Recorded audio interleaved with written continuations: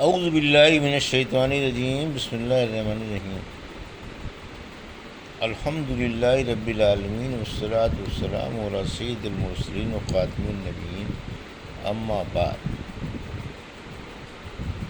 صحیح بخاری باب کتاب المغازی، حدیث نمبر 3982، اردو ترجمہ۔ بدر کی لڑائی میں حاضر ہونے والوں کی فضیلت کا بیان۔ مجھ سے عبداللہ بن محمد نے بیان کیا، ہم سے معاویہ بن عمرو نے بیان کیا، ہم سے ابو اسحاق نے بیان کیا، ان سے حمید نے بیان کیا کہ میں نے حضرت انس رضی اللہ عنہ سے سنا، انہوں نے بیان کیا کہ حارثہ بن سراقہ انصاری جو ابھی نوعمر لڑکے تھے، بدر کے دن شہید ہو گئے تھے۔ پانی پینے کے لیے حوض پر آئے تھے کہ ایک تیر نے شہید کر دیا۔ پھر ان کی والدہ ربیع بنت نضر انس رضی اللہ عنہ کی پھوپھی رسول اللہ صلی اللہ علیہ وسلم کی خدمت میں حاضر ہوئیں اور عرض کیا، اے رسول اللہ، آپ کو معلوم ہے مجھے حارثہ سے کتنا پیار تھا۔ اگر وہ اب جنت میں ہے تو میں اس پر صبر کروں گی اور اللہ تعالیٰ سے ثواب کی امید رکھوں گی، اور اگر کہیں دوسری جگہ ہے تو آپ دیکھ رہے ہیں کہ میں کس حال میں ہوں۔ حضور صلی اللہ علیہ وسلم نے فرمایا، خدا تم پر رحم کرے، کیا دیوانی ہو رہی ہو؟ کیا وہاں کوئی ایک جنت ہے؟ بہت سی جنتیں ہیں، اور تمہارا بیٹا جنت الفردوس میں ہے۔ حدیث نمبر 3983، اردو ترجمہ۔ مجھ سے اسحاق بن ابراہیم نے بیان کیا، ہم کو عبداللہ بن ادریس نے خبر دی، کہا کہ میں نے حسین بن عبد الرحمن سے سنا، انہوں نے سعد بن عبیدہ سے، انہوں نے ابو عبد الرحمن سلمی سے کہ حضرت علی رضی اللہ عنہ نے کہا، مجھے ابو مرشد رضی اللہ عنہ اور زبیر رضی اللہ عنہ کو رسول اللہ صلی اللہ علیہ وسلم نے ایک مہم پر بھیجا۔ ہم سب شہ سوار تھے۔ حضور صلی اللہ علیہ وسلم نے فرمایا، تم لوگ سیدھے چلے جاؤ، جب روزہ خاک پر پہنچو تو وہاں تمہیں مشرکین کی ایک عورت ملے گی، وہ ایک خط لیے ہوئے ہے جسے حضرت حاطب بن ابی بلتہ رضی اللہ عنہ نے مشرکین کے نام بھیجا ہے۔ چنانچہ حضور صلی اللہ علیہ وسلم نے جس جگہ کا پتہ دیا تھا، ہم نے وہیں اس عورت کو ایک اونٹ پر جاتے ہوئے پا لیا۔ ہم نے اس سے کہا کہ خط لا، وہ کہنے لگی، میرے پاس تو کوئی خط نہیں ہے۔ ہم نے اس کے اونٹ کو بٹھا کر اس کی تلاشی لی تو واقعی ہمیں بھی کوئی خط نہیں ملا، لیکن ہم نے کہا کہ حضور صلی اللہ علیہ وسلم کی بات کبھی غلط نہیں ہو سکتی، خط نکال ورنہ ہم تجھے ننگا کر دیں گے۔ جب اس نے ہمارا یہ سخت رویہ دیکھا تو ازار باندھنے کی جگہ کی طرف اپنا ہاتھ لے گئی، اور وہ ایک چادر میں لپٹی ہوئی تھی، اور اس نے خط نکال کر ہم کو دے دیا۔ ہم اسے لے کر حضور صلی اللہ علیہ وسلم کی خدمت میں حاضر ہوئے۔ حضرت عمر رضی اللہ عنہ نے کہا، اس نے یعنی حاطب بن ابی بلتہ نے اللہ اور اس کے رسول صلی اللہ علیہ وسلم اور مسلمانوں سے دغا کی ہے۔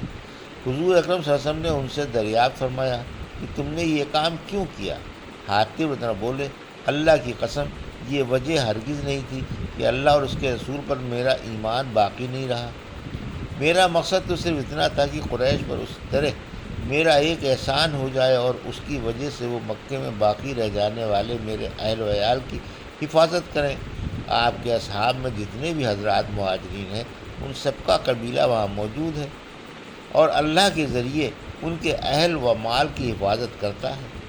حضور صلی اللہ علیہ وسلم نے فرمایا کہ انہوں نے سچی بات بتا دی، اور تم لوگوں کو چاہیے کہ ان کے متعلق اچھی بات ہی کہو۔ حضرت عمر رضی اللہ عنہ نے پھر عرض کیا کہ اس شخص نے اللہ اور اس کے رسول اور مسلمانوں سے دغا کی ہے، آپ مجھے اجازت دیجیے میں اس کی گردن مار دوں۔ حضور صلی اللہ علیہ وسلم نے ان سے کہا، ان سے فرمایا کہ کیا یہ بدر والوں میں سے نہیں ہے؟ آپ نے فرمایا، اللہ تعالیٰ اہل بدر کے حالات کو پہلے ہی سے جانتا تھا، اور وہ خود فرما چکا ہے کہ تم جو چاہو کرو، تمہیں جنت ضرور ملے گی، یا آپ نے یہ فرمایا کہ میں نے تمہاری مغفرت کر دی ہے۔ یہ سن کر حضرت عمر رضی اللہ عنہ کی آنکھوں میں آنسو آ گئے اور عرض کیا، اللہ اور اس کے رسول کو زیادہ علم ہے۔ حدیث نمبر 3984، اردو ترجمہ۔ مجھ سے عبداللہ بن محمد جعفی نے بیان کیا، ہم سے ابو احمد زبیری نے بیان کیا، ہم سے عبد الرحمن بن قصیل نے بیان کیا، ان سے حمزہ بن ابی اسید نے اور زبیر بن منظر بن ابی اسید نے، اور ان سے حضرت ابو اسید رضی اللہ عنہ نے بیان کیا کہ رسول اللہ صلی اللہ علیہ وسلم نے جنگ بدر کے موقع پر ہمیں ہدایت فرمائی تھی کہ جب کفار تمہارے قریب آ جائیں تو ان پر تیر چلانا، اور جب تک وہ دور رہیں اپنے تیروں کو بچائے رکھنا۔ حدیث نمبر 3985، اردو ترجمہ۔ مجھ سے محمد بن عبد الرحیم نے بیان کیا، کہا ہم سے ابو احمد زبیری نے بیان کیا، ہم سے عبد الرحمن بن قصیل نے، ان سے حمزہ بن ابی اسید اور منظر بن ابی اسید نے، اور ان سے حضرت ابو اسید رضی اللہ عنہ نے بیان کیا کہ جنگ بدر میں رسول اللہ صلی اللہ علیہ وسلم نے ہمیں ہدایت کی تھی کہ جب تمہارے قریب کفار آ جائیں، یعنی حملہ و ہجوم کریں، اتنے کی تمہارے نشانے کی زد میں آ جائے تو پھر ان پر تیر برسانے شروع کرنا، اور جب تک وہ تم سے قریب نہ ہو اپنے تیر کو محفوظ رکھنا۔ حدیث نمبر 3986، اردو ترجمہ۔ مجھ سے عمرو بن خالد نے بیان کیا، ہم سے ظہیر نے بیان کیا، ہم سے ابو اسحاق نے بیان کیا کہ میں نے برا بن عازب رضی اللہ عنہ سے سنا، وہ بیان کر رہے تھے کہ نبی کریم صلی اللہ علیہ وسلم نے احد کی لڑائی میں تیر اندازوں پر حضرت عبداللہ بن جبیر رضی اللہ عنہ کو سردار مقرر کیا تھا۔ اس لڑائی میں ہمارے 17 آدمی شہید ہو گئے تھے۔ نبی کریم صلی اللہ علیہ وسلم اور آپ کے صحابیوں سے بدر کی لڑائی میں 140 مشرکین کو نقصان پہنچا تھا۔ 70 ان میں سے قتل کر دیے گئے اور 70 قیدی بنا کر لائے گئے۔ اس پر ابو سفیان نے کہا کہ آج کا دن بدر کے دن کا بدلہ ہے، اور لڑائی کی مثال ڈول کی سی ہے۔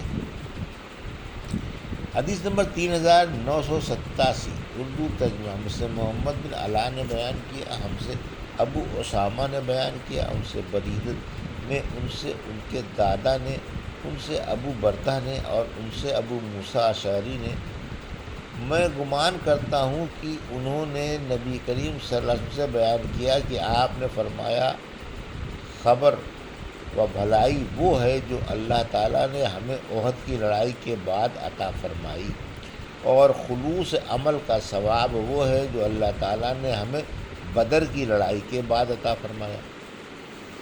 حدیث نمبر 3988، اردو ترجمہ۔ مجھ سے یعقوب نے بیان کیا، ہم سے ابراہیم بن سعد نے بیان کیا، ان سے ان کے والد نے، ان کے دادا سے کہ عبد الرحمن بن عوف رضی اللہ عنہ نے کہا، بدر کی لڑائی کے موقع پر میں صف میں کھڑا ہوا تھا، میں نے مڑ کے دیکھا تو میری داہنی اور بائیں طرف 2 نوجوان کھڑے تھے۔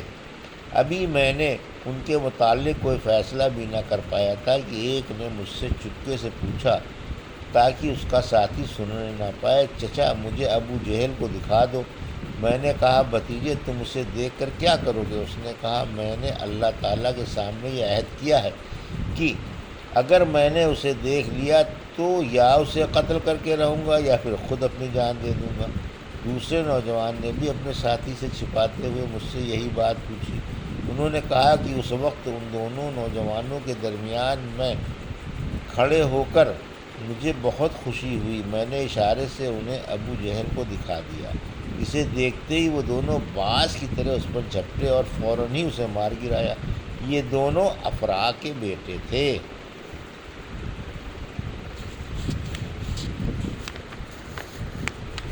یہ تھی صحیح بخاری باب کتاب المغازی کی حدیث نمبر 3982 سے 3988 کا اردو ترجمہ جو ابھی آپ نے سماعت فرمایا۔